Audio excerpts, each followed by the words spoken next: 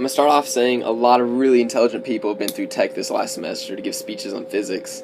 And having been to almost all of them, I can say, as I'm sure some of you can too, a lot of them went way over my head. But of the ones that I understood, my favorites were the ones on what happened before the Big Bang, the discovery of the Higgs boson particle with the particle accelerator, and the mimicry of flight of insects and birds in machines. The one on flight was really interesting because even without understanding all the math he presented, you were still able to understand the implications of it. So he researched the way that birds and insects flap their wings and how that allows them to fly, and replicated it in machines. That's cool in itself, but then a hobbyist came out and made it better, made it smaller. So other people are using what he found out to make their own inventions.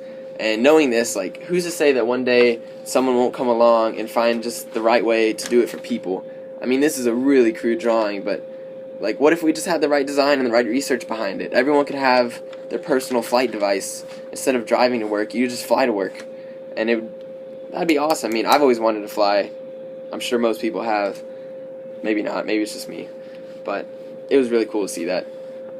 And then the math was really hard to understand at points, but it was all visualized in the end because he showed us a video of a wing just going back and forth in the water like that, and air bubbles were rising out of it as it flew back and forth.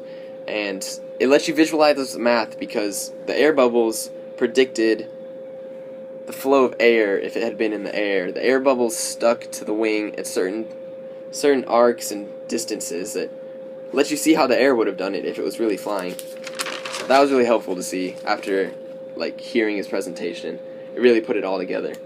The lecture on the particle accelerator, that was really interesting and kind of important because, like, even Time magazine is calling it the God particle, and there's a lot of talk about it, and it's kind of cool to see the physics world getting so much talk. But it basically, as I understood it, meant that nothing inherently has mass, that mass only exists on a certain field, the Higgs field, where the Higgs boson particles are.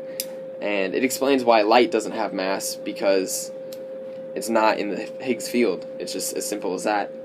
Or at least as far as we understand it, it's as simple as that. And I personally took it to understand how inflation can occur in the Big Bang, because when the Big Bang happened, everything exploded out faster than it could possibly today. And I see it as nothing had mass, so everything expanded, and then the Higgs field set in a little after the Big Bang occurred and gave everything mass, or attributed mass to everything.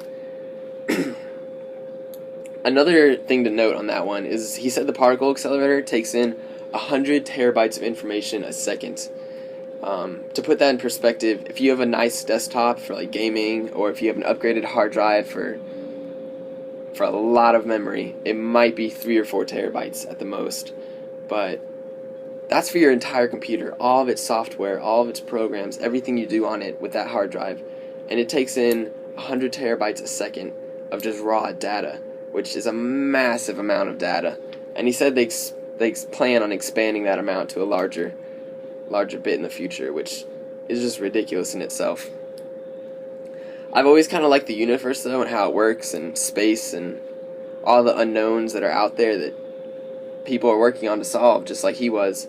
And if you've seen the shows on like Netflix, or I'm not quite sure what channel, but you know what I'm talking about, with the really, like, they're interesting. You just sit down and watch them. You don't plan on it, but you get stuck there watching because you're like, oh, this is really interesting. And the implications for it is just huge. Like, I could see tons of shows being made about this because we've just discovered it and we already are drawing conclusions from it. And if we have hundreds of terabytes of raw data, we can make so many more conclusions from it. So I'm sure its truest implications, like the truest powers it has, haven't even been found yet. So that'll be really interesting to see when that all comes out. And the final one of the more recent ones was on what happened before the Big Bang. And based on this one, I still haven't taken the classes I needed to understand it fully, but conceptually, I had it. So he was saying before the Big Bang happened, everything was condensed into one point of infinite heat, infinite energy, infinite density. It was just everything that could exist ever is in that point. And around it was just nothing. And he kind of talked about how some of the nothing was less dense than the other nothing, which I didn't really understand that, and it's hard for me to accept that nothing can have different levels of nothing, but I just skipped over that to accept it, try to take it for what it was. He also talked about how it kind of filled in the weaknesses of the string theory, which, if you haven't ever heard of it, really interesting. I'd say go look it up on YouTube. Some really good explanations. It was just cool to think about all the implications he was talking about. I know I've said that a lot, but there's just so many things that it could mean that we don't know. And it's hard to, like, talk about time as a zero, but if you can think of time as zero, we're stepping back further and further towards zero. And his conclusion was that we don't know yet what happened before the Big Bang, but we're getting closer and closer and closer to that 0 point, to where we'll figure out what did happen. And I hope you guys can take this talk for whatever it was, rate it how you want to, and that's it.